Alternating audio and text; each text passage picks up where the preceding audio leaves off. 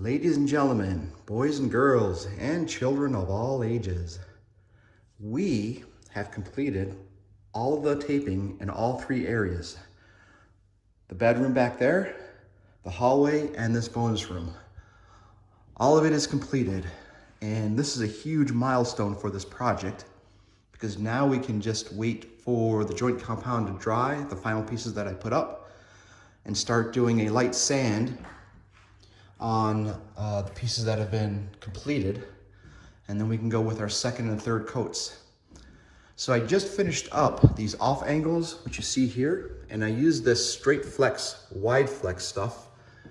Got it here in the ceilings, on this wall, and then in the closet.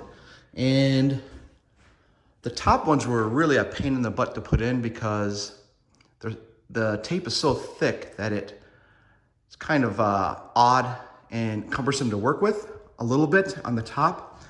But once you straighten it out and put it into place, it seems to work very, very well. So I'm gonna give the straight flex stuff a thumbs up. So if I ever get into another project where I have these off angles, I'll probably use the same stuff. But anyways, we are going to let this stuff dry overnight. It's still daylight out, which is fantastic, so I get to cut out early today. And we are going to start sanding with a lighter block of sand, lighter coarse rather, and probably a medium or a fine grade. And we're just gonna start sanding this down until we get these smooth, put the second coat on, sand it down again, and then do our final coat.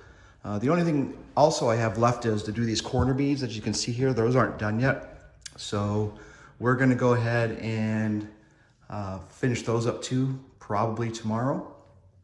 And then we'll continue on our way. So this is a short one today and a huge milestone, getting all the taping done. So with that, we will move on to the next series. Until next time, peace out.